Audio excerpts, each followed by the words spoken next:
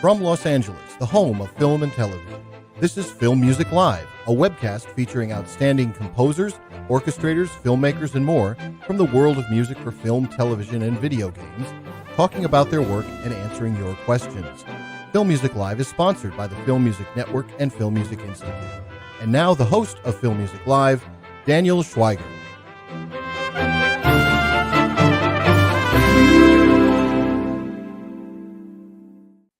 Hey everyone, I'm Daniel Schweiger, and welcome to Film Music Live, the show where you get to ask the questions to today's top composers. I'm happy to have you here.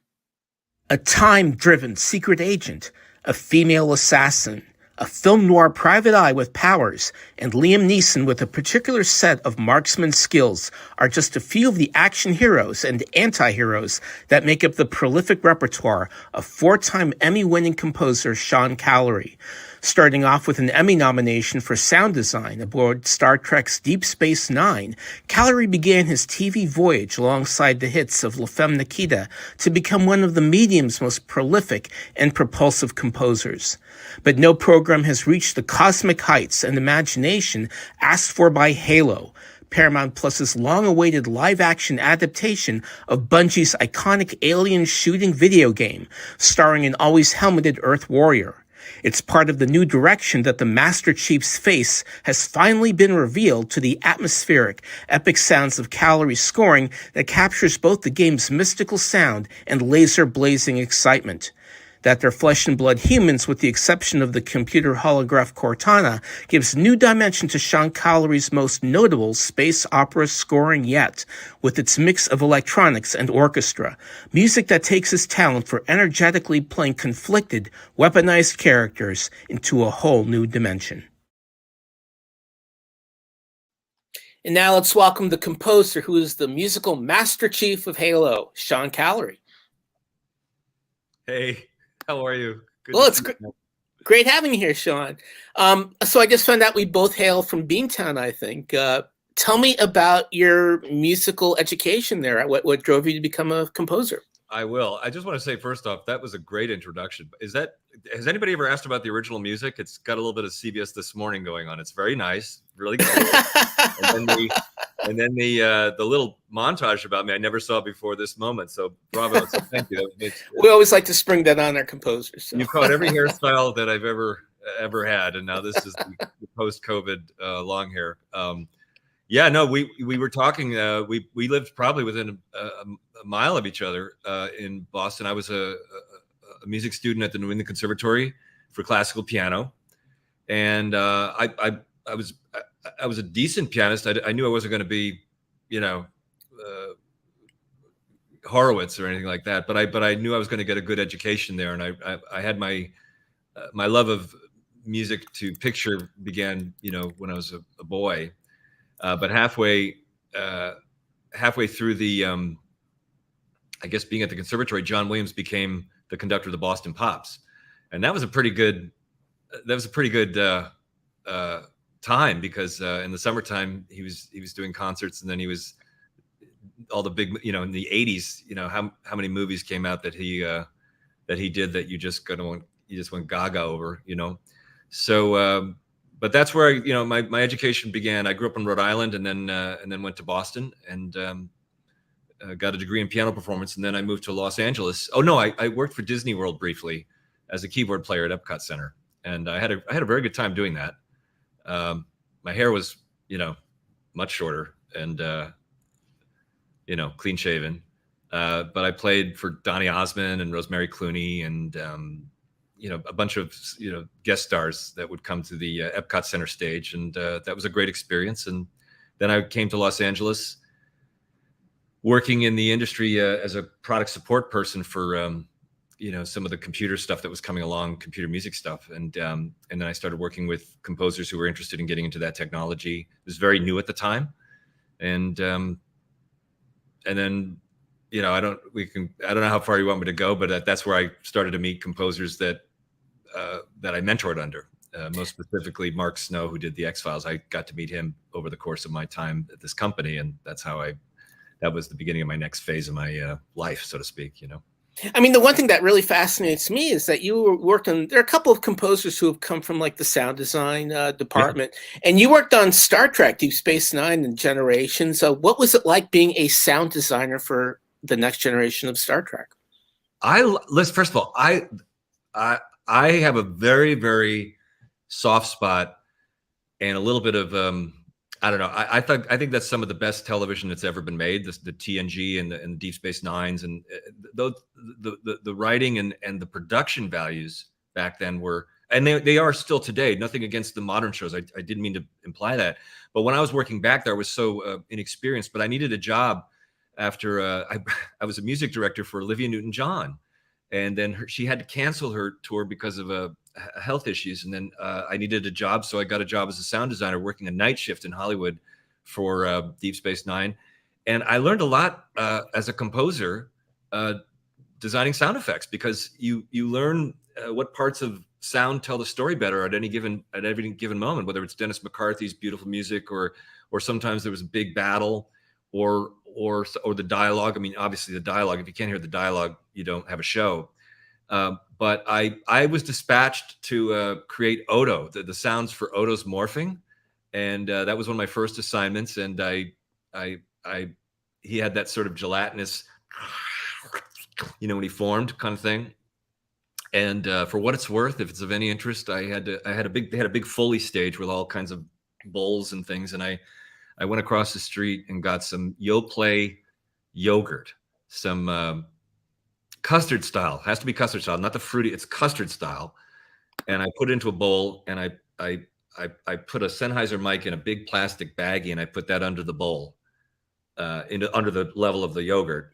And then I released an air gun to record the sound of air being released into the yogurt, underneath the yogurt, with this very expensive microphone. So it has a kind of sound. And then I made patches out of it so that it could be performed. And those were the kinds of creative things that we had to do on that show. And I also had to create sometimes the backgrounds for certain alien worlds, where if it's a hostile planet or if it's an unsafe environment, there were little things you can kind of do in the background to sort of create a kind of unsettledness. And that really kind of tweaked me, the idea that you could be doing very subtle things that are subtextual, and they're affecting the viewer. They don't even know they're being affected. They are affected. They don't know why. And I'm convinced that those days of doing that certainly informed me on my days on 24 and Homeland and things like that.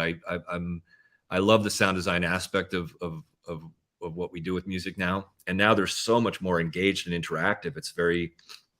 It's quite something. And Halo, forget about it. That's a whole other level of integration of sound and dialogue, music effects, and all that kind of stuff. So I'm going to jump back and forth in time with Halo and this incredible career that you have. So let's start off with our first question. It's from Ivan Sorkin. Did you play Halo before you started working on the series? So, full confession, very little. I have nephews. I don't have kids. My wife and I don't have kids, but we have nephews. And I watched them play it. And I do remember back in the day being completely blown away at the level of detail and immersion that you get from a game. And that was really setting a new kind of like, whoa. I mean, it was just sort of incredible. I've known the music. I'd known some of the music scores over the years, which I think is just brilliant. And but I actually had to go to a Microsoft school. I actually have the Halo Spartan Field Manual, which tells me, there's a whole, the universe is very, very. The story is unbelievable. And when I got hired, I felt so privileged to get hired. I really felt the need to understand the entire mosaic of this very, very complex and rich and wonderful universe. And so I really got immersed in the story of Halo last year in a big, big way. I knew a bit about the game, but I studied more of how the gameplay experience is and how that relates to how we were going to connect that a bit in terms of honoring where this show comes from, because this show doesn't exist without the gaming platform and the people who are who have been so devoted and such great fans. So I was always mindful about how to balance that connection between producers who wanted new sounds and themes and things of that nature, with connecting with the origin, never forgetting the origin. You can't forget the origin of the of where this all comes from. So I hadn't played the game, but I've gotten a lot more acquainted with it, and I just stink at it. I'm more of a quarters guy. You know, the point and shoot. You know, I showed you earlier. I have a Donkey Kong machine over there, and I have a Tempest, you know, spinner thing. So I'm more from that world. But I have great respect for the gaming world. Is just unbelievable in terms of what they're accomplishing in terms of experience and entertainment and story and immersion. It's mind-boggling. What did I imagine you must have seen some of the earlier Halo games, and what's really cool is that there are quotes here and there of the Martin O'Donnell Halo score. What did you just absorb from the kind of the one thing that really struck me in Halo Mea Culpa was the very first video game I ever played was Halo 3. Which got me into gaming, period. But one thing that really struck me about the original scoring was that it was very religious, and it's not exactly the kind of tone that I would expect for shooting aliens. What did you absorb from the way that Halo, the games themselves, were originally scored? Well, first of all, that opening theme for the game with the Gregorian chant is so iconic. I mean, it's known all over the world, and it's known by different generations of people. You hear it, even if you don't play the game, you know it's from Halo. So I have such respect for that composer and for Martin. I've never met Mr. O'Donnell. I'd love to meet him, but I had such respect for that music and the way it was executed, because there's a richness. You're touching on what I think is sort of what happened to what's been going on with games, is that the stories are getting richer and you're getting more emotionally involved with things. And I wanted to make sure that any use of the theme happened in a very authentic and earned way as it relates to the story. You didn't want to just sort of use any themes willy-nilly. You want to know why they're used. You want to know why in the story it's important, and why that is so effective. And I probably spent more time with producers contemplating that about that than anything else, because there were moments when you're reviewing the show and you see opportunities. You're watching, and then you realize all of a sudden collectively, you know what, that's actually a moment that, from the point of view of story, would be, you think about. Sometimes you think about it as you're composing. You're just like, I absolutely know I want to use the theme there. And then there's other times when you that you want to that you discover after the fact, you know what, this is, and Microsoft 343 was really helpful with this, or they kind of explained sometimes context to me and so forth. So I was I try to be very respectful at all times, so that whenever you ever hear anything from the game in the show, it's arriving in a very honest way from the point of view of the story. If it was arriving in any other way, in some superfluous way, like just a willy-nilly way, it wouldn't work. It wouldn't work. And I think I don't know. I've been reading sometimes the feedback from fans about things. They're extraordinarily smart about story and experience about the game. So you want to make sure. We worked very hard to make sure it was an authentic storytelling, part of the storytelling. Wow. So jumping back in time, how did you make the big transition from doing sound design into scoring? Well, there's an ABC movie of the week, or NBC, excuse me, called A Mom for Christmas. You probably find it on YouTube. It starred Olivia Newton-John, and because I was her keyboard player, her longtime songwriting partner John Farah was asked to score it, and he didn't know anything about scoring, but I knew something about scoring. I just didn't have any credits, so he was able to talk them into hiring us to do the score, and we composed it together. And it was around that time that was my first sort of listed composer credit ever. A Mom for Christmas. And God, I'm sorry, I'm just looking at my eyes. I look so tired. I just finished show 9. It's so awful. My God, I'm sorry. I'm just seeing the reflection of myself. And then right around that time, I met Mark Snow. Now, Mark Snow composed for the X-Files, and that show was just astonishing show.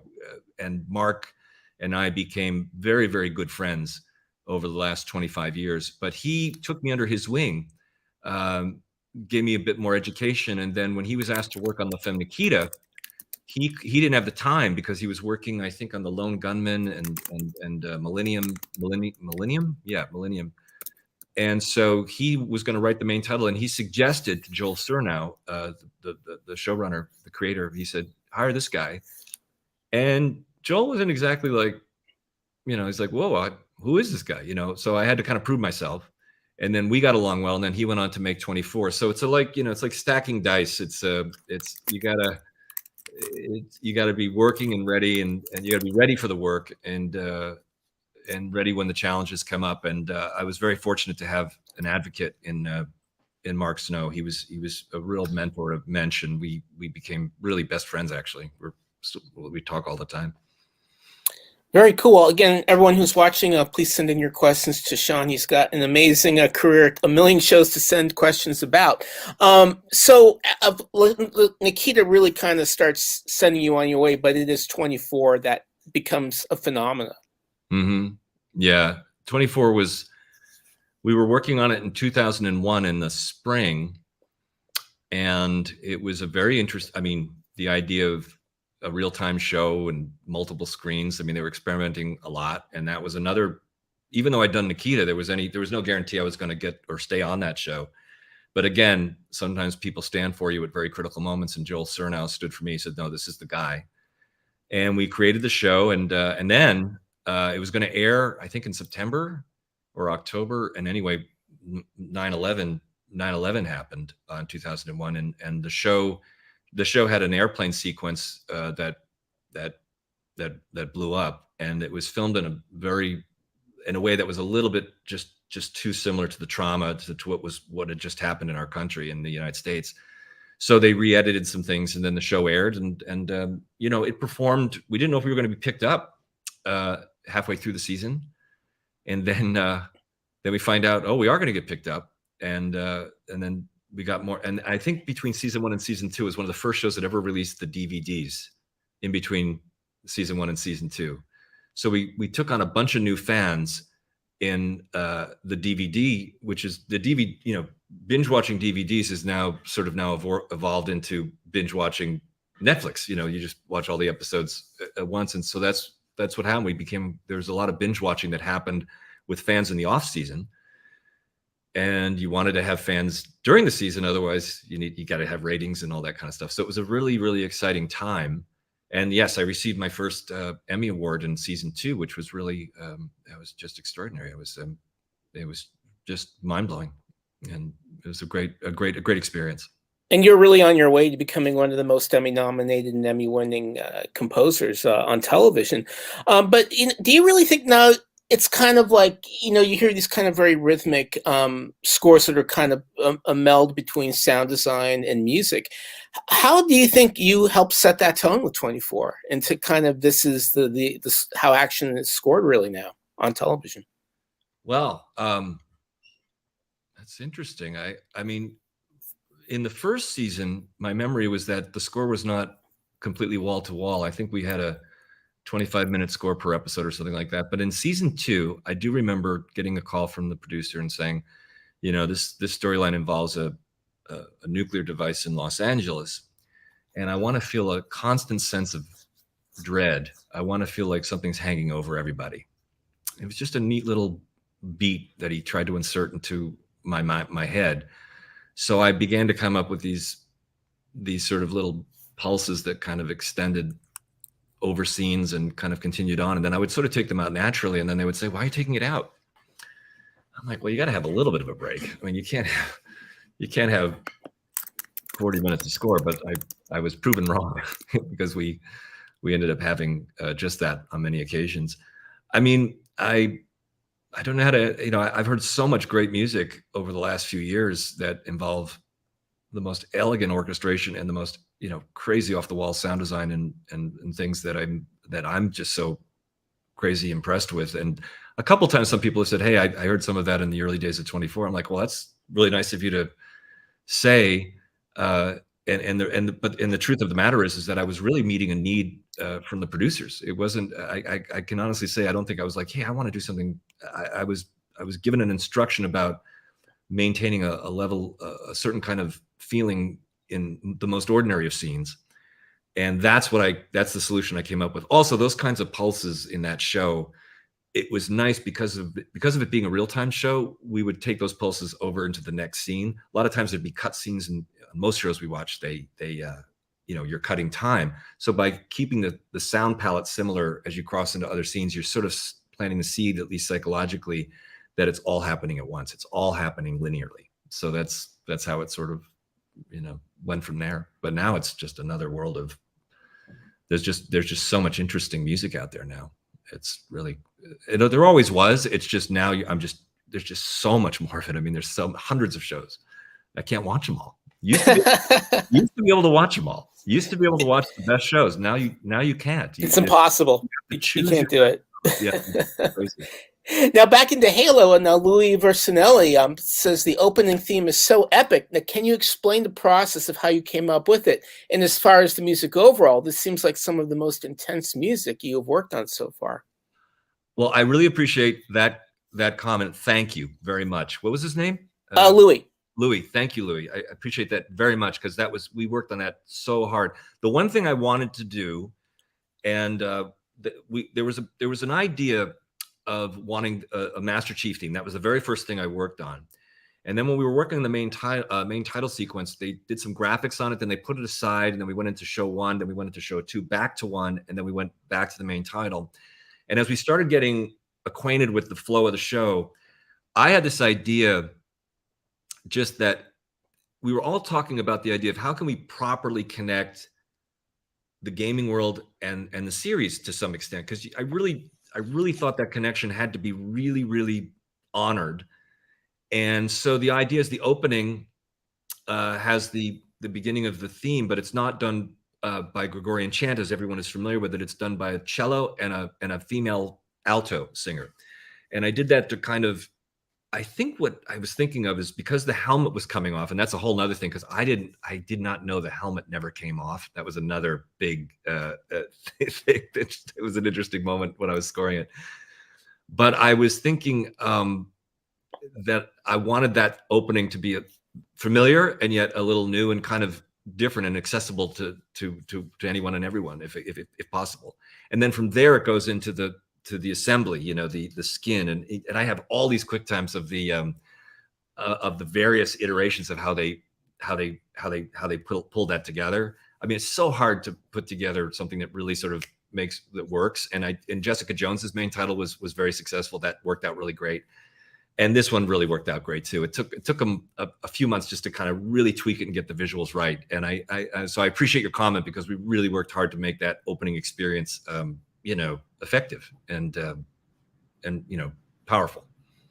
Yeah, it's interesting because the show, in a way, it's almost like a cross between Starship Troopers and RoboCop, and maybe more in RoboCop, because like RoboCop, Master Chief's character is basically flashing back to his human upbringing before he was essentially turned into a killing machine. How did you want to capture that? Well, when I was hired for the show, when I was interviewed, and they interviewed, I don't know how many people they interviewed, but I saw the pilot in progress, and they stopped filming because of COVID. So that opening battle scene, that 9-minute battle scene, that was one of the last things I had to work on. But what I really thought drove Halo, as amazing as the action is, as amazing as all those action sequences are, it is the characters. It's their, I felt a connection to the Master Chief and to these other characters. Quan, who suffers a tremendous loss. Halsey, which is a somewhat sociopathic character, very kind of frightening to me. But what I thought about John, and I've said this to a couple other people, is I had interviewed during the year 2 of the pandemic, and here is the story of a guy who's waking up to who he is. He's waking up to dormant parts of himself that he doesn't know. He's finding out who he is. He's asking, who am I? He's asking, what am I all about?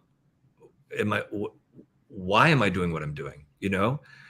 And I think a lot of us were asking that question during the pandemic, and I said that in the interview. I said, I think this resonates with people. I think this will resonate with people because we just went through we are still going through, but we have been through an extraordinary period of humanity.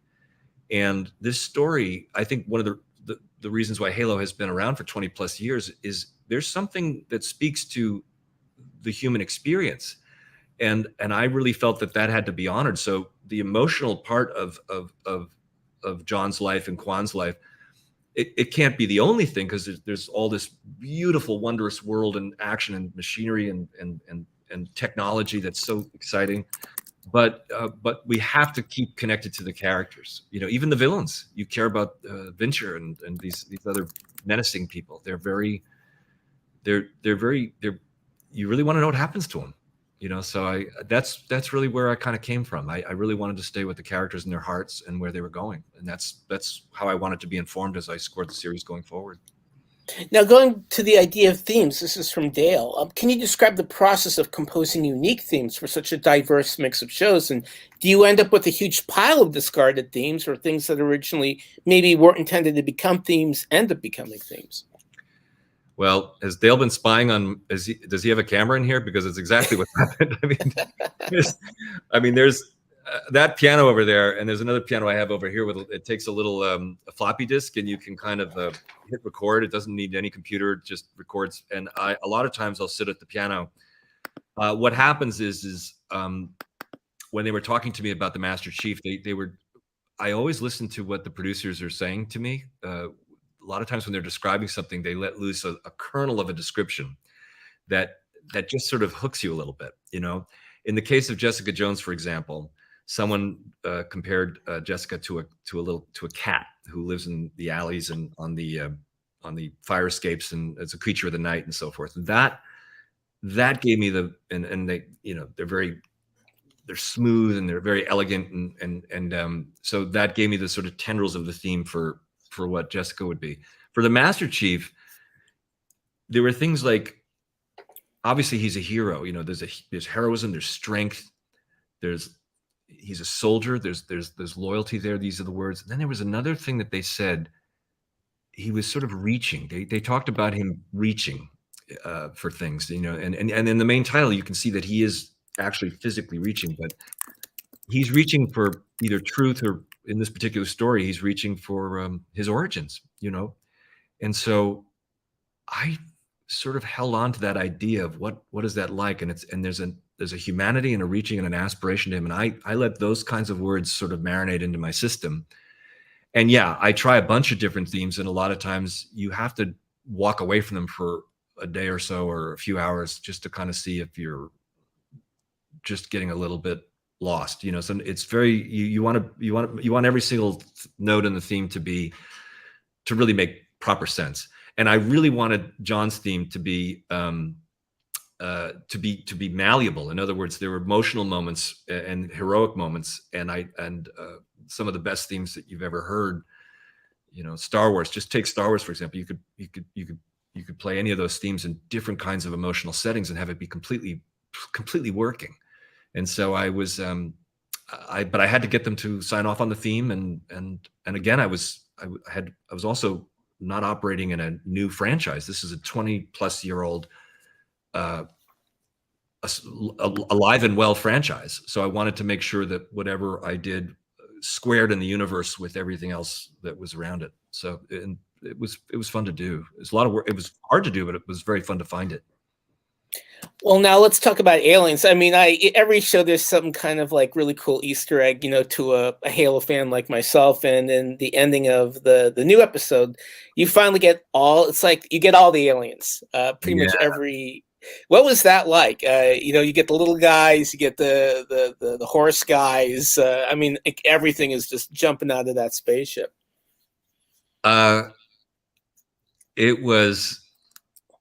If I'm going to be completely honest, when I looked at that battle scene, I was a little overwhelmed. We were heading into the Christmas holiday, and I got COVID, and I was looking down the barrel of this episode, and it's the shortest one in the entire 9 episodes, but that battle sequence, I think, is 17 minutes or something like that. So I was a little intimidated. I had to work through it. but you're even as a person who's not as deeply into deeply playing the game as myself, I could see and tell that this was really a rich presentation of the game's lore, and because there were so many new characters, and by the way, when I was watching it, they were like rendered gray figure. There was none of it was how it looks now. It was all moving around in various stages of rendering. But you could tell. I mean, and I actually had a number. I don't have the number here, but there's a 24-hour number I could call if I ever needed clarification on a character or the motive of a particular alien or the source of a civil conflict in the storyline. So I thankfully didn't need it because I had Kiki Wolfkill and Frank O'Connor from Microsoft to answer any questions I had about the importance of certain characters. But that action scene was so spectacular. I mean, wasn't it? I mean, it was so fun. I mean, it's violent, but I just thought it was awesome. That was the biggest. This show has been the largest thing I've ever worked on, period. I mean, in terms of action and scope and so forth. I mean, it's I don't know how they did it. A lot of people smarter than me put that together, and I was happy to show up and do my part. So you literally have like the Halo hotline. I did. There's a Halo hotline. And who's the guy on the other end of it? A guy named Joe? I don't know. I honestly never really needed to call it, but I called once just to make sure it actually existed. And it was like, yeah, it exists, And I think sometimes I don't know. I mean, look, it's obviously for other things, but it was made available to me just so that I could be very careful and understand if I needed any clarification on any part of a story, I could do it. Let's talk about scoring Cortana. Yeah. Well, I personally celebrated the arrival of Cortana. First of all, I did know that she was the original actress from the show, and she's so wonderful. And I always thought that there's a lot of gravity, there's a lot of story here that sometimes has some heaviness and there's some real human struggle and suffering and so forth. But I don't think we ever wanted the show to not have a sense of fun and adventure to it. And one of the flavors about Cortana that I really appreciated was she brought a kind of mild annoyance to the Master Chief in some of his interactions. And that was just a different color that was, I think, so nice for the show. And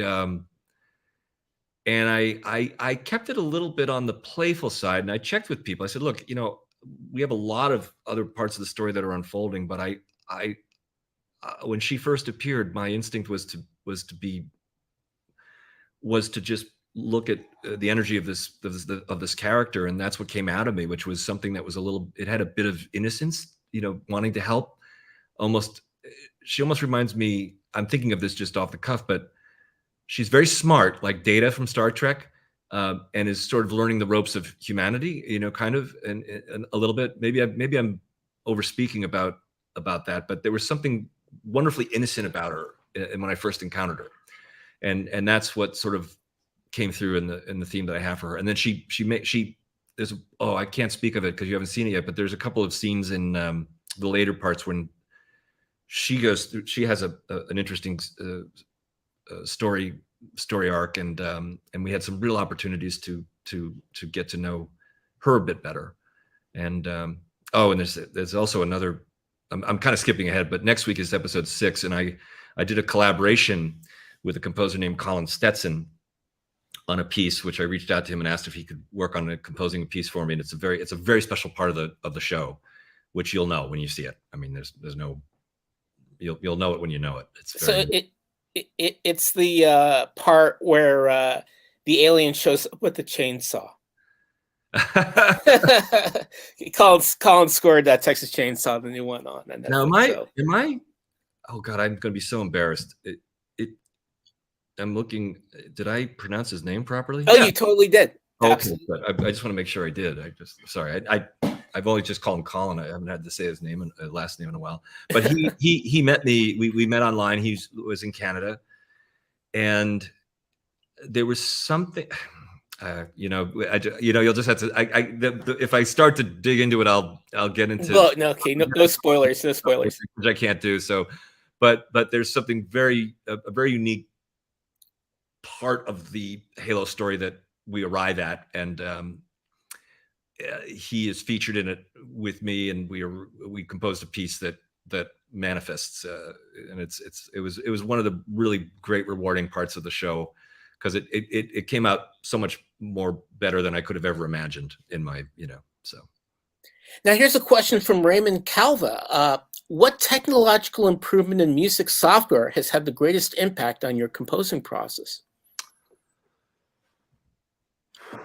What a question. That's a great question. Probably, well, I mean, in my early days, I actually have this old do you see this keyboard here? That's a synclavier keyboard. That is can you hear me okay? Yes, sir. Okay. The synclavier was a sampler that had, 32 voices, and you could play 32 polyphonic parts in the keyboard, and it had about 128 megs of RAM, and that our cell phone is 20 times as powerful as that, so there's the ability for anyone to compose and convey what's in their heart out into the world, in some respects, has never been easier or more available to people. It used to be a very small lane of access because of the technological requirements to record professionally and so forth. Those are all dissolved. So that's very exciting. Probably the biggest game changer. I used to get videotapes delivered to the house when I was working on 24, and now we are all doing everything, downloading online, uploading scores. I worked on all of Halo up until 2 weeks ago, not ever meeting anybody in person. I finally went up to Toronto for the last mix. So I've had relationships with people on Zoom, where I really just know them from here up, and finally I got to meet them in person back up in Toronto where we mixed, and one of them was like taller. I was like, wow, you're tall. I didn't know that. I've known you for a year, and I didn't know you were tall. So those are the really big things. The computer I'm talking to you right now has the ability to probably record dozens of voices and mixing and sounds, and it's exciting because it's more available to everyone, and it's daunting because there's so much to learn. There's just so much. You just have to keep learning and learning and learning, which has always been the case. But it used to be like certain libraries and things, or certain interesting things would come out seasonally, like every 3 to 6 months. Now every week you see something new. Wow, try this out. So it's in the end, it's a very positive thing. So the next question is my first one, especially when you had this incredible orchestral music at the ending of the first episode, and it's from Chris. I'm really excited to hear your score for Halo. When is it coming? On CD, digital, or? I have there is a deal being worked out right now, where we're hoping to have it released before the 9th episode, where it'll be out before then. We wanted to do it halfway through, like some of my colleagues have done halfway through seasons. I don't think it's going to happen. It's just because it's just complicated because you have deals that you have to work out. I don't know. They have to make arrangements. I'm ready. I mean, it's if anything, the problem I have is there's probably 3 to 4 hours of score across 9 episodes at least, and distilling that down to maybe it should be we're actually having that discussion whether it should be like a double album, so to speak. It should be like closer to. I'd actually, the more the merrier for me. I'd love to have more of it out there. So I'm hoping by the time the 9th episode airs, there'll be an announced release date, and I wish it was earlier. Now, I mean, it's weird for me. You really seem to be a composer more on the cusp of current events, almost that you don't know you are going to be, especially with Homeland, yeah, as well. Homeland was it was a glorious experience. I thought that show was going to be an easier show because I'd come off of 24, which had a 40-minute score. And then we were doing Homeland, which was going to be like 15, 16 minutes. But I was wrong. That show is more, it's more like etching, like drawing. Like if I had to draw your face using 4 lines, like I had to capture the essence of who you are in 4 lines only. That's what Homeland was. You had to sort of convey the emotion and the things that you wanted to have happen from the music with very minimal orchestration, very minimal sound design. And if it stood out just a little too much, it tended to get flagged because Homeland was more of a documentary kind of thing. It was a drama, but it was almost like you were spying on people, watching them speak. It was a very natural situation. In Jessica Jones season 1, it was it was a big Me Too story, actually. And it was just a few months before some of the major figures in Hollywood started being held accountable for some of the actions that came about. And I, these writers, I guess what's happening is they're writing what's they're connecting to, and then over time it just becomes a show, and then all of a sudden it's arriving in the public consciousness. It's sort of fascinating how that happens. Now, having said that, when I worked on Bones, that was just a fun show, about finding a skull or a corpse and just having to solve it was a whodunit. Elementary, Sherlock Holmes, another great show that was just fun to work on. How about Medium? Oh, Medium they were all fun to work on, by the way. Medium was, what I loved about Medium was almost like, it was like a different bottle of wine each week. Cause when she dreamed, sometimes she dreamed in black and white. Sometimes she dreamed in 3D. Sometimes she dreamed in a very hyper realistic way. And we always had to do these she once dreamed that a house was burning up. And so we always had a different flavor that tended to occupy those episodes. The courtroom stuff generally had a similar vernacular, but whenever we got into a new episode in a dream, and one time her daughter dreamt she was in a castle, like, Hogwarts or something. And we had to do something really, whimsical, so that was another great show. That was another, and Patricia Arquette, she was fantastic. And, Yeah, I mean, I have to say that my favorite, as great as Halo is Jessica Jones, and that was essentially like the first Netflix Marvel show. And you'd never, essentially, it's like a film noir superheroine score. What was the challenge like of melding both of those genres for you?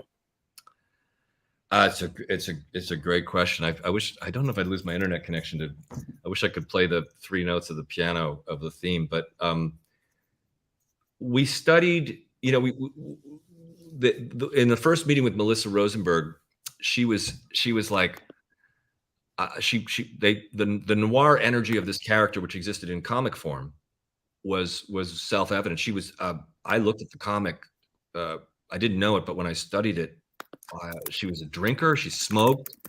She was, it was like, whoa, this is really unique. And we were thinking, well, what were kind of the more recent noir thrillers that were out there? Well, I thought Blade Runner was a detective, had a bit of a noir, weird moralities, tales and stuff like that. And there was a bit of that in there. And we just wanted to sort of, she used the word neo-noir. She wanted to have something that winked and honored the sort of genre that the writing and the story comes from, but have it be its own unique flavor and character. So I just kept going back to the Kristen Ritter's performance, which was so amazing in that she was very good at being alone, this character, the Jessica, but I think she was always yearning to want to connect and had trouble connecting. And so there was an independence to her, and there was a strong character, but there's also some deep wounds. And she also was playful. She had a great wit. So all those things kind of came into finding these sounds. And I'll give you my favorite note that I ever got from Melissa. I did this action scene once, and I'd up till then been using sort of jazz sonorities with piano and bass and, some trumpet. And I got this action scene. I started using much bigger drums. And she says, why are you using bigger drums? And I said, well, it's an action. It's like, she's hyper powerful. She's throwing people across buildings and she's jumping across buildings. She goes, yeah, no. She goes, it's still an intimate, it's still her. This isn't the show anymore. No, it's sort of, you're making it bigger than it needs to be. And she was dead right. I was sort of treating it, I just sort of defaulted into some big action sort of sound. So I returned to these action sequences and just sort of did them on drum sets and stuff, just to kind of keep it in the same language. And that made the show all the better because you were honoring more the spirit of the series. You weren't trying to copy something else. You were really trying to just make it its own thing. So she was the really good showrunners are the ones that kind of just keep you from driving off the highway, if that makes any sense. Oh, I think you're muted. Oh yeah, there we go. Sorry about that. Thank you, Sean. Here's one from one of your viewers, from Anthony. What advice do you have for networking with directors and such people working on films for a composer who doesn't live in one of the film hub cities? Are there any online places you can recommend? Yes. Well, let me share something with you. My last assistant was a guy named Rob Teehan, Teehan, Teehan, and he has a very interesting business that and I'm not saying this because I've been paid to promote him. It's just that he was here. He was visiting from Toronto. I hired him because he was in an NYU music composing workshop that I was teaching. And he lived in Toronto. He didn't live in the major cities, and Toronto's a major city, but he wasn't LA or New York or London, or you know what I mean. So he said, he goes, hey, do you ever need an assistant? And I said, I don't need one right now, but why don't we stay in contact? And he says, okay, how would I do that? So he would just reach out to me every 6 weeks or so, just, hello, this is what I'm doing now, and it was a light touch. I appreciated the light touch. It wasn't like every week, and it had like a 4 to 6 week thing. And we started a dialogue. It was just like, hi, thanks, I'll check it out. And so I got a little more comfortable just even in the internet world, although I did meet him at the workshop. Anyway, a position opened up and he decided to come in from Toronto and take the job. And so but we'd already had a bit of a dialogue going. He was a superb composer and worker and great composer. And he also was he helped me stay really organized here, which is what I really needed. And then he started his own little consulting business for people who are asking the very question you're asking about, people cultivating their own voice and their own where they want to be going. And apparently it's been very successful. So I only mention that. But my shorter answer to you is, it is nice to be around people that physically, obviously, when you're in a studio. We always still need to interact tactile with human beings, especially when there's technical things in the studio. That's how you get to know people, and then they get their careers going and so forth. Having said that, there are people that we're now working more remotely. If you bring a skill set and if you play a particular kind of instrument, or if you have a particular kind of composing skill, hey, if someone's willing to work and they live elsewhere and you can get a dynamic going, great. I think it's valuable to refine what you're looking for, refine where you'd like to be working. Like, do you admire this person's work, or do you want to be going into this line of work? Ask yourself deeply, where would you like to be? And this person reached out to me occasionally, and it worked. And since that time, he has referred me to 2 other phenomenal people who have been working for me since. So it's not an easy question to answer. So I'm sorry I don't mean to sound specious, but it really does involve a specificity in the way you communicate, being authentic. Now, Raymond would love to know, what kind of scenes bring out the perfectionist in you the most? Oh, that's a great question. Woo!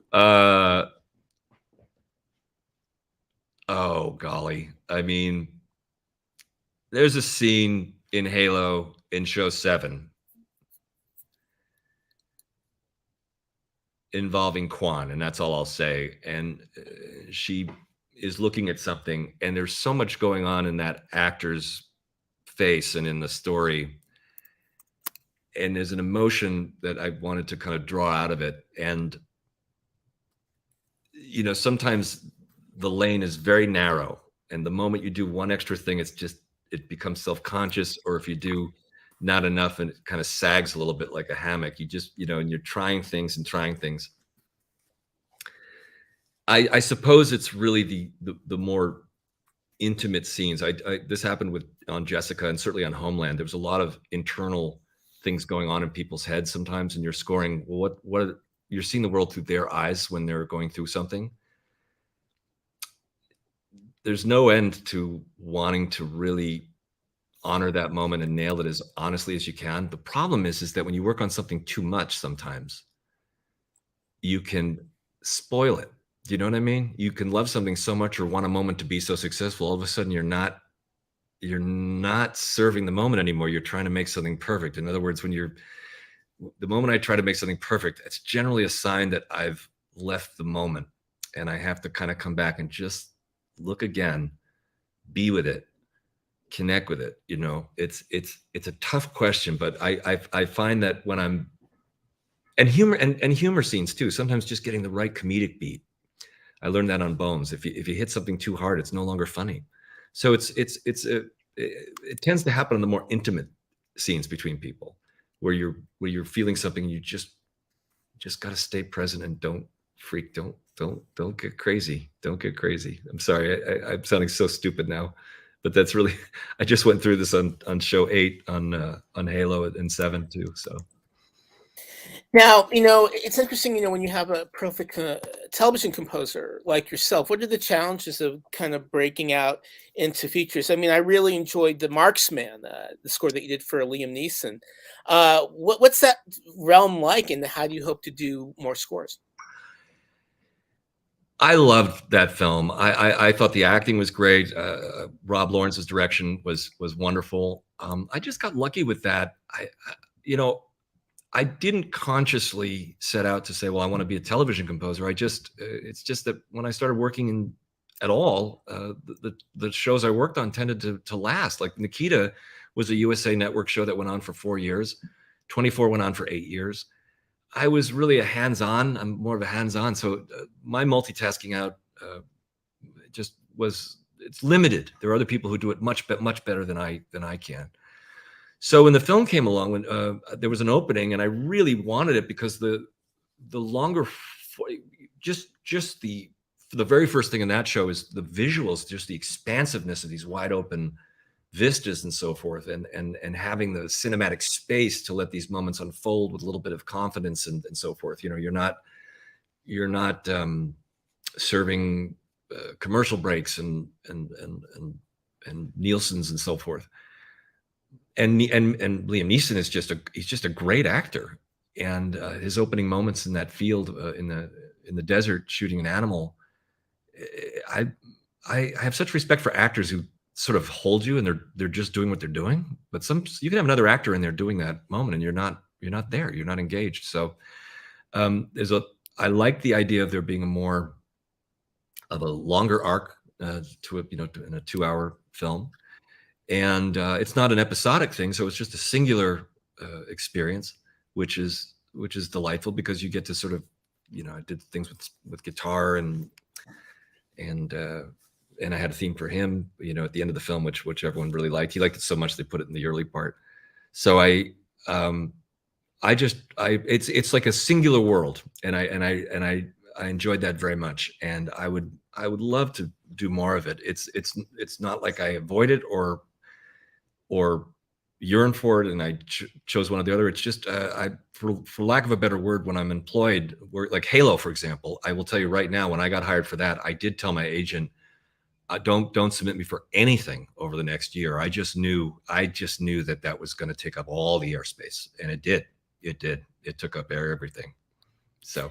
I mean, Halo is like such a huge show for Paramount Plus. It's kind of like one of the prestige things about, okay, why buy a streaming subscription service?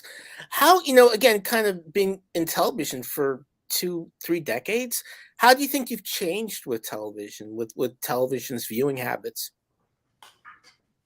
It's a great question, my friend. I think with the biggest answer, the quickest answer is, I think the quality.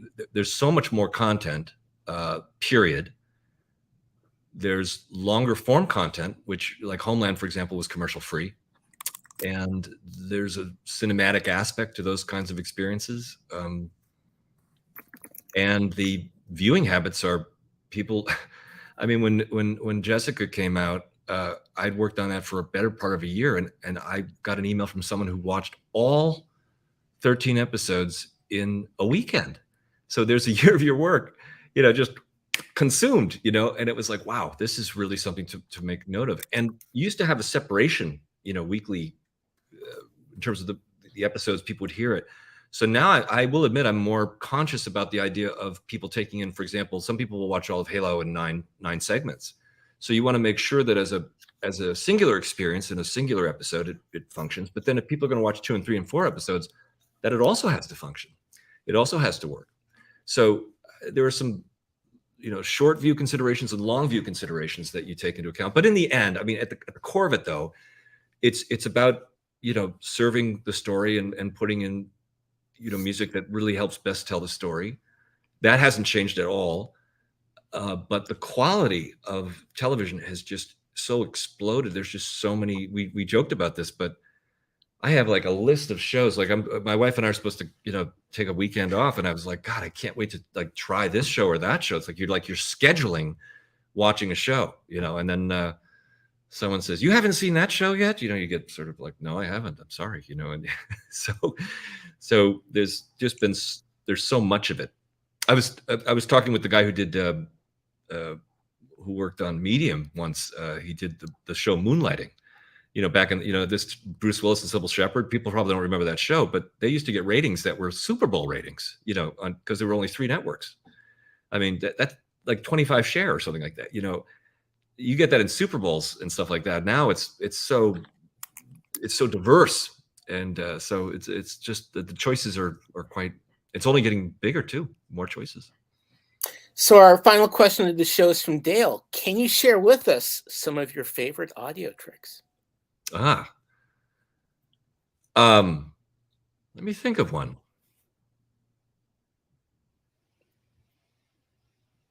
From anything, or from let me think. Anything. I'm sorry to be stumbling here. I'm trying to think of something. I'm trying to think of something that I think would be kind of cool and unique. One thing. I'm trying to think. I'm a little stumped. Well, let's put it this way: on Halo, what did you pull out of the hat that surprised you? Okay, I like. One of the things that we had to do. I'll share one thing. That's nicely said. One of the hardest sounds to find was when they came across pieces of the the artifact, the little pieces of the ancient material that you touches, and it kind of opens them up. There's something that sort of crosses the idea that you needed a sound. This had to be sort of a living. We wanted to infer that this was a breathing, living thing, even though it wasn't, but it had wisdom in it. And so what would that be? Like, what does that sound? It can't just be like a heartbeat. You have to think of something. So I thought of a guitar that would, like, almost like a theremin, go up and down like a vibrating cable.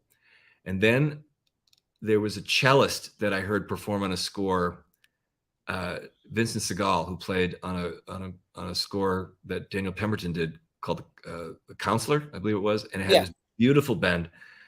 And I wrote Daniel, because we know each other, and he gave me Vincent's number. So I had Vincent do these wonderful little breathing back and forth things, and I had to kind of explain what it was, and I wrote down certain ranges and stuff, and then we put them through some ring modulations and stuff, and then I combined it with a whistle, a human whistle. I wanted to have a whistle. I wanted to have a human sound embedded in that experience, so that it would feel a bit human.